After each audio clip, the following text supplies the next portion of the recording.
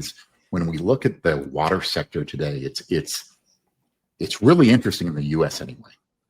When we look at especially the regulatory side, right? We had early regulations coming out of the EPA. Then there was kind of a pause as there were some cases brought before the courts of feeling like there was some federal overreach and the EPA regulations being withdrawn. But now, to counter that, we are seeing some early states taking some proactive measures. So maybe just for everyone's benefit, just let's have a chat about what does this mean for a lot of the utilities out there? Absolutely. I think one thing that we've seen, like as you mentioned, the EPA and AWWA, they come out with these, the risk and resilience assessments, right? That was a service that a lot of that we performed for OT Cyber for a lot of our water and wastewater customers.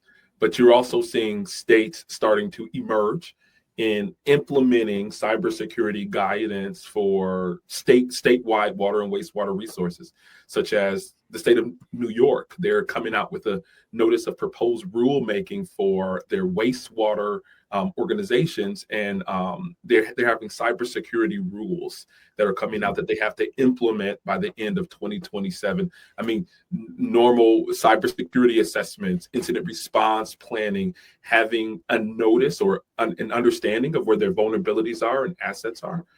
This is a leader, right, within the nation. And I think that this will only cause shockwaves across other states and other industries within the water sector, where we're seeing some of this emerge as a result of some of the EPA guidance. So I don't know what else do you guys think?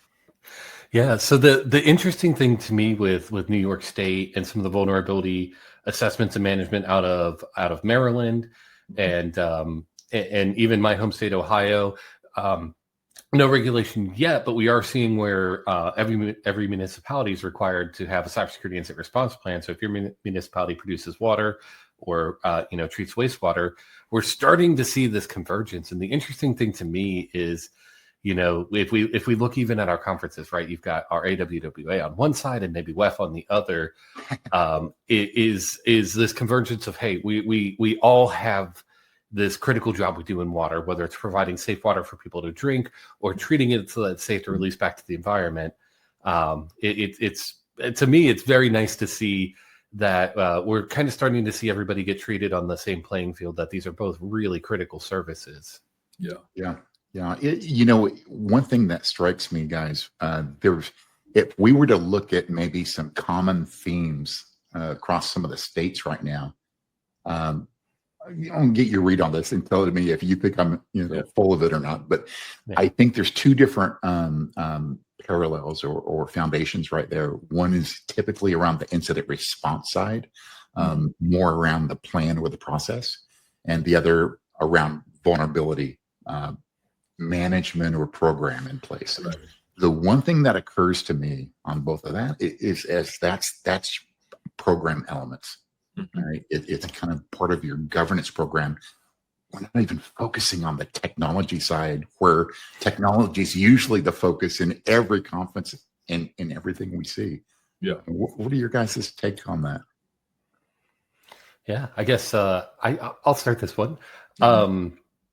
For those of us that spend all day long talking about cybersecurity, we'll note that these are both elements of SANS top 5. So clearly there's been some influence here. It's nice to see the governance.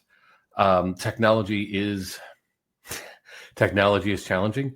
Going into a utility and saying, hey, you need to spend $500,000 to upgrade your SCADA system is maybe not financially viable at all, but we've also got to start with some amount of governance, right? Like, we've had discussions in the past and offline, right? Like, some people may disagree with this, but you don't know what you're protecting until you know what you're protecting.